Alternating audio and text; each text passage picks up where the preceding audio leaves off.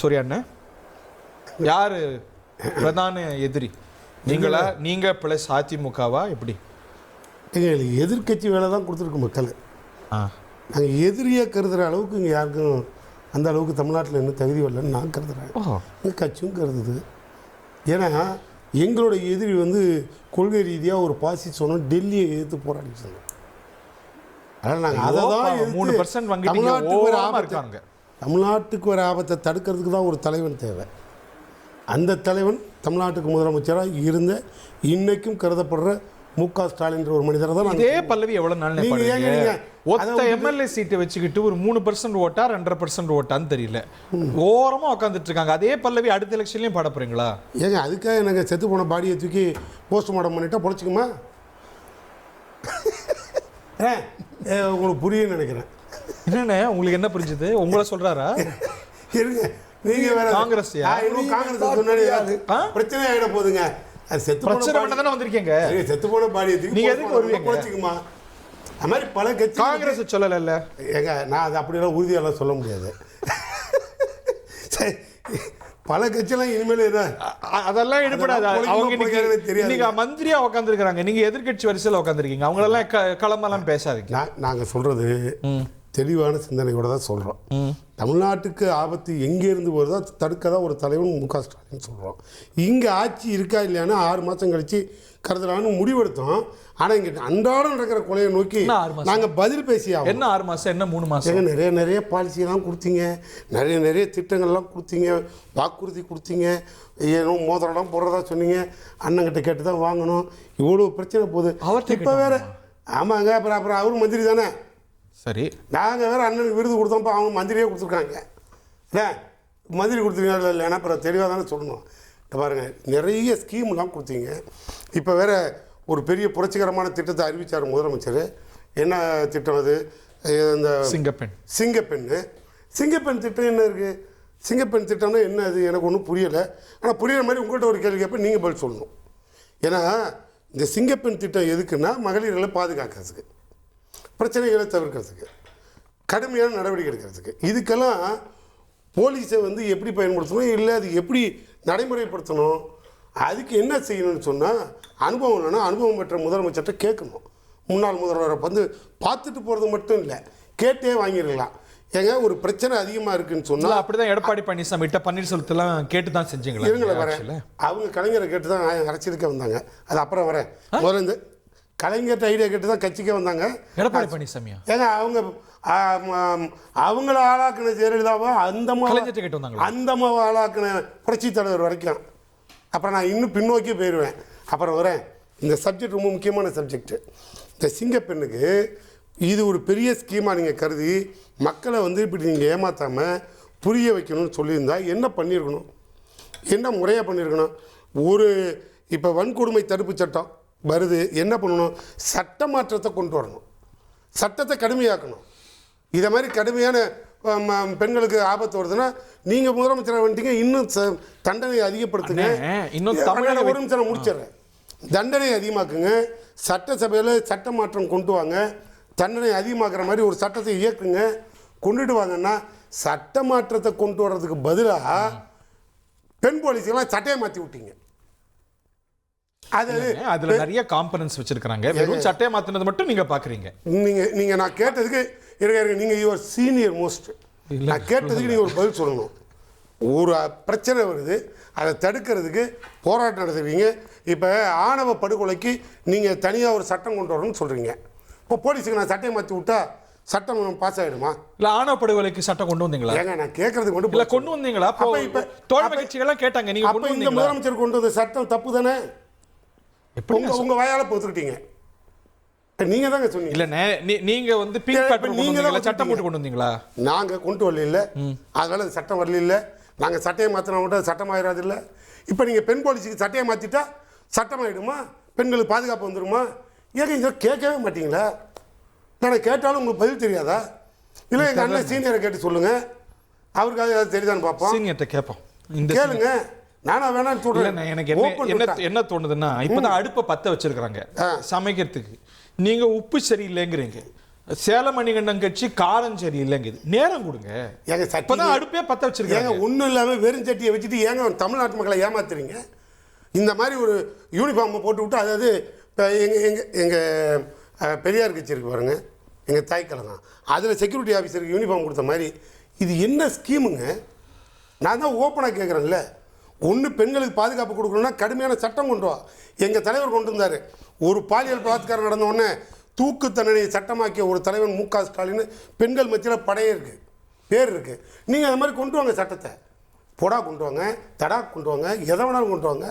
யார் வேண்டாம்னா அதுக்காக சட்டசபையை பெண் போலீஸுக்கு சட்டையை மாற்றிட்டா மட்டும் சட்டசபையை கூடலன்னு முதல் செஷன் இனிமே தான் நடக்க போகுது. அதுக்குள்ள குறை சொல்றீங்களே. நீங்க இதை மாதிரிலாம் தமிழ்நாட்டில் மக்களை ஏமாத்துறதுக்கு யாரை வேணாலும் உங்களுக்கு பொறுமை ஏமாற்ற முடியாது. பொதுவாகவே ஒரு ஆட்சிக்கு 3 மாசம் 6 மாசம் ஹனிமூன் பீரியட் கொடுப்பாங்க. இவங்க தான் புதுசா வந்திருக்காங்க. இவங்க ரோப்ஸ் ஆஃப் கவர்னன்ஸை படிக்கிறதுக்கே டைம் ஆகும். அதுக்குள்ள 3 மாசம் 6 மாசம் கவிழும் 2 நாற்காலி அப்படின்னு உங்களால பொறுத்துக்க முடியலையோ? எங்க நாங்கள் பார்க்காததே ஒன்றும் இல்லை. நீங்கள் இப்போ நான் திரும்பி ஒன்று கேட்பேன். நாங்கள் ஏதாவது வாயை மூடிட்டு அமைதியாக இருக்கோம். ஆனால் அந்த பக்கம் ஒரு பக்கம் பற்றிட்டு தமிழ்நாட்டு மக்கள் கொந்தளிப்பில் எரிஞ்சிக்கிட்டு இருக்கு. என்ன எரியுது? விவசாயிகள் போராட்டம் நடத்துது. விவசாயிகள் போராட்டம். அது என்ன காரணம்? நீங்கள் தான் ஆட்சிக்கு வந்து 1 மாதம் ஆகுது. நீங்கள் ஒரு ஸ்கீம் கொண்டு வந்தீங்க. யாருக்கு புரிஞ்சதோ புரியலையோ, ஒருவேளை எங்கள் அண்ணனுக்கு புரிஞ்சிருக்கலாம். அங்கே பாதி பேர் போராட்டம் நடத்துது விவசாயி. என்ன காரணம்? முதலமைச்சர் கோட்டு போட்டு வந்து உட்கார்றது முக்கியம் இல்லைங்க. அங்கே விவசாயி கோமணம் கட்டிட்டு போராடக்கூடாது, அதுதான் முக்கியம். நீங்க இப்ப கோட்டை போட்டு உள்ள உட்காந்துட்டீங்க. அவங்க கோமணத்தோட போராடுறான். ஜனவரி மாசத்துல இருந்து சொல்றது ஜூலை மே மாசம் வரைக்கும் எவ்வளவு போராட்டம் நடந்தது? போராட்டம் கோரிக்கைகளுக்காக போராடிச்சிங்க. உங்களுக்கு தெரியாதா? திமுக அரசு. ஆமா, திமுக போராடிச்சு. திமுக அரசுக்கு அன்னைக்கு எங்க கூட ஒரு 5-6 பேர் இருந்தாங்க. இப்ப அவங்கள ஆளை காணோம், அது வேற விஷயம். அட எங்க அண்ணன் கூட தான் பக்கத்துல இருந்தது. அன்னைக்கு விருது கொடுத்தோம். இன்னைக்கு அந்த பக்கத்துல விருது சொல்லி காமிக்கிறீங்க பாருங்க. நாங்க கொடுத்த விருதை மதிப்புக்குரியதாக நான் சொல்லி காட்டுறேன். அப்படி சொல்ற மாதிரி தெரியல. மதிக்கிற அதை சொன்ன கூட்டணியா மாறினு கேட்கற மாதிரி இருக்கு. பாருங்க, திமுகவே போராடிச்சு. சரி, எதுக்கு?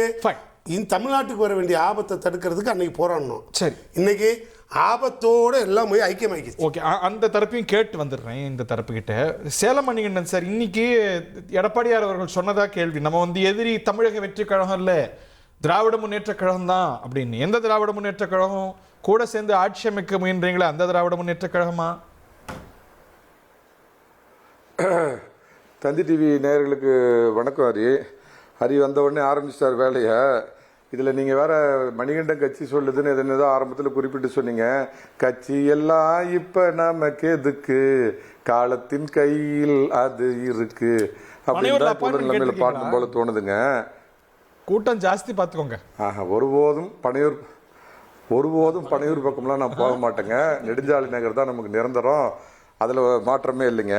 இதில் என்னன்னா, இப்போ அண்ணன் வெற்றி கொண்டான் பேசுனதுக்கு மட்டும் ஒன்று சொல்லிட்டு நீங்கள் கேட்ட கேள்விக்கு வர்றேன். இந்த சிங்கப்பெருன்னா ஏதோ ட்ரெஸ்ஸை மாற்றிட்டு கலர் அடித்து பெயிண்ட் போட்டாங்களான்னா அவருக்கு கொஞ்சம் கன்ஃபியூஸ் இருக்கும். ஏன்னா சென்ட்ரல் கவர்மெண்ட் கொண்டு வந்த NEP நேஷனல் எஜுகேஷன் பாலிசி வந்து அப்படியே ரேப்பரை கிழிச்சிட்டு தமிழ்நாடு அரசின் பாடத்திட்டம் அப்படின்னு கல்வி திட்டம் அப்படின்னு இவங்க கொண்டாந்தாங்களே, அந்த கன்ஃபியூஸ் அவர் ஆகி போய் அதையே இவங்களும் பண்ணுறாங்களோ, நம்மளோட 2.0 இருப்பாங்களோ அப்படின்னு அவருக்கு ஒரு கன்ஃபியூஸுங்க. ஒன்று இன்னமா சூர்யா வெற்றி கொண்டான் தெரிந்தல, எதுக்கு எடுத்தாலும் ஒன்றிய அரசு காரணம், குன்றிய அரசு காரணம், மோடி காரணம், அமித்ஷா தாடிக்காரன்னு சொல்லிட்டு இருந்த சிட்டிங் சீஃப் மினிஸ்டர் திரு மு.க. ஸ்டாலின் அவர்களை பனையூர் பாபு அதோட முடியல, எதுக்கு எடுத்தாலும் மத்திய அரசு காரணம் சொல்லிட்டு இருந்த கெஜ்ரிவால் கதம், மம்தா சிட்டிங் சீஃப் மினிஸ்டர் கதம், யாராரு அநியாயத்துக்கு சென்ட்ரல் கவர்மெண்ட் மேல பழியை போட்டு ஒன்றிய அரசு குன்றிய அரசுன்னு பாட்டுன்னு 3 சிட்டிங் சீஃப் மினிஸ்டர் மக்கள் சொந்த தொகுதியிலேயே தோக்கடிச்சிருக்கிறாங்க அப்படிங்கிற வரலாறு பாவம். இப்பயாவது கொஞ்சம் லேட்டா அவரை புரிஞ்சுக்க சொல்லுங்க. இப்ப ஹரி, நீங்க கேட்டிருக்கிறீங்க தலைப்பு கார்டு இப்பதான் பார்த்தேன். தாவேகாவிற்கு சவாலோட எதிர்கட்சி எதுன்னு கேட்டீங்க. ஆனஸ்டா உண்மையா நேர்மையா சொல்றேன், இன்னைக்கு லெவல்ல CJP தான். நீங்க சாரியா போயிட்டு இருக்காங்க பாருங்க தமிழகத்துக்கு. தலைமையில பொக்கே வச்சுக்கிட்டு கூட்ட நெரிசல்ல மூச்சு விட முடியாம போயிட்டு இருக்காங்க. ரத்தங்கள்லாம் அது என்ன பண்றீங்க? அவர் அண்ணன் பிஜேபி விட்டு ரத்தங்கள்லாம் அங்க போய் ரத்தத்தின் ரத்தங்கள்லாம் போய் ரத்த கண்ணீர் போடுறாங்க. முதல்ல நீங்க திமுகவுக்கு போறாங்க. சோ இங்க எவ்வளவு பெரிய எரோஷன் நடந்துட்டு இருக்கு. நீங்க ஸ்டாலின் தோத்துட்டாருன்னு கொண்டாடிட்டு இருக்கீங்க.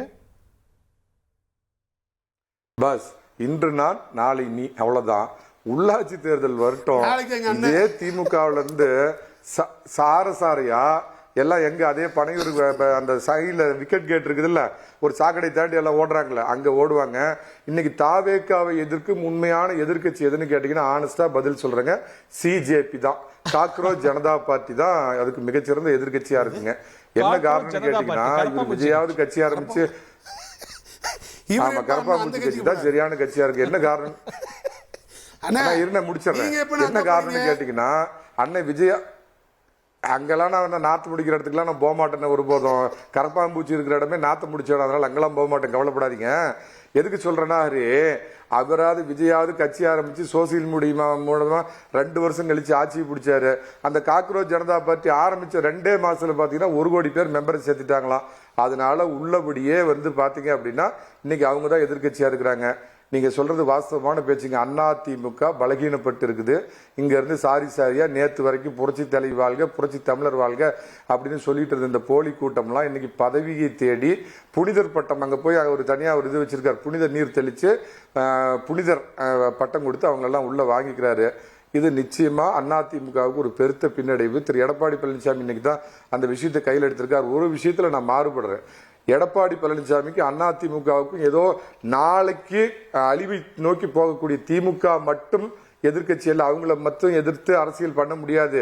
தயவு செய்து தாவேகா என்னதான் அவங்களோட ஸ்பைக்கு கீழே போனாலும் அடுத்த ஒரு 10-15 வருஷத்துக்கு அவங்க தான் நம்பர் 1 சென்ட்ரிக் அப்படிங்கிற யதார்த்தத்தை புரிஞ்சுக்கிட்டு முதல் எதிரி அவங்க. தானா அழிஞ்சு போற திமுக 2வது. நாளை எந்த ரூபத்தில் வளரப்போகிறார் என்ற அண்ணாமலை, இந்த 3 பேரையும் எடுத்து களமாடிய கூடிய இடத்துல இன்னைக்கு அதிமுக இருக்குது. இந்த 3 பேரையும் எடுத்து களமாடணும் ஒழிய தானா அழிஞ்சு போற திமுக மட்டும் எதிரின்னு அவர் சொல்லியிருந்தாருன்னா அதை நான் அவ்வளவா எனக்கு ஏற்புடையது இல்லைங்க. கட்சிகளை விட அதிமுக அதிகமாக இருக்கிறது. மற்றவங்களை விட இன்ட்ராஸ்பெக்ட் பண்ண வேண்டிய காரணங்கள் அதிமுகவுக்கு தான் அதிகமா இருக்கு நீங்க பாக்குறீங்க சார்? அது சின்ன விஷயம் சார். ஏற்கனவே 5 ஆண்டுகள் எதிர்கட்சியா இருந்தாங்க. இப்ப தோத்த உடனே உறுதியா அடுத்த 5 ஆண்டுகளுக்கு நமக்கு எதுவுமே இல்லைன்னு கொலை பசியில இருந்தவங்க எல்லாம் பனையூர்ல ஃபீஸ்ட் வைப்பாருன்னு நினைச்சு பீஸ்ட் கிட்ட போய் மாட்டுறாங்க. பாஸ் அவங்க நேத்து வரைக்கும் பார்வை இருக்கு. வேண்டாம் நீ போ போ போ போ கட்சிக்கு துரோகம் இருக்கு அப்படின்னு இன்னைக்கு கூடவே போகாதவங்க கூட பேட்டி கொடுத்தவங்கள பாத்தீங்க. போகாதவங்க கூட இல்லைங்க, கட்சியுடைய பொதுச் செயலாளர் மீறி கட்சியை மீறி வேண்டாம் தாவேகாவுக்கு ஆதரவு கொடுக்காதீங்க அப்படிங்கிறப்ப இல்ல நாங்க போய் 2.5 வருஷம் முன்னாடி கட்சி ஆரம்பிச்ச தாவேகாவோட சேர்ந்து அம்மாவோட அதிமுக காப்பாற்ற போறேன்னு போன துரோகிகள் எடப்பாடி பழனிசாமி வீட்டுல கூப்பிட்டு என்ன ஃபீஸ்ட் வைப்பாரா? பீஸ்ட் கிட்ட போயிட்டீங்க, அதோட போங்க. இது ஒரு விதத்துல அதிமுக நல்லதுங்க. அதிமுகவிற்கு தேவை ஒரு உருமாற்றம் மாதிரி. இன்னைக்கு நடந்ததுல அம்மா பாடத்தை ஜோப்ல வச்சுக்கிட்டு இப்படி காமிச்சு மூத்தவங்க பல பேரை துரத்தியாச்சு. உருமாற்றம் அடைஞ்சே தீரணும் சார். ஒண்ணு புரிஞ்சுங்க சார், ஜெனரேஷன் ஷிஃப்ட் வந்திருக்கு சார். அவங்க போய் வளர்ந்திருக்காங்க. ரோட்ல போறவர்னு நீங்க சார், அது அதிமுகவோட மாண்புமிகு பேரவைத் தலைவரா அமர்ந்திருக்கிறார்.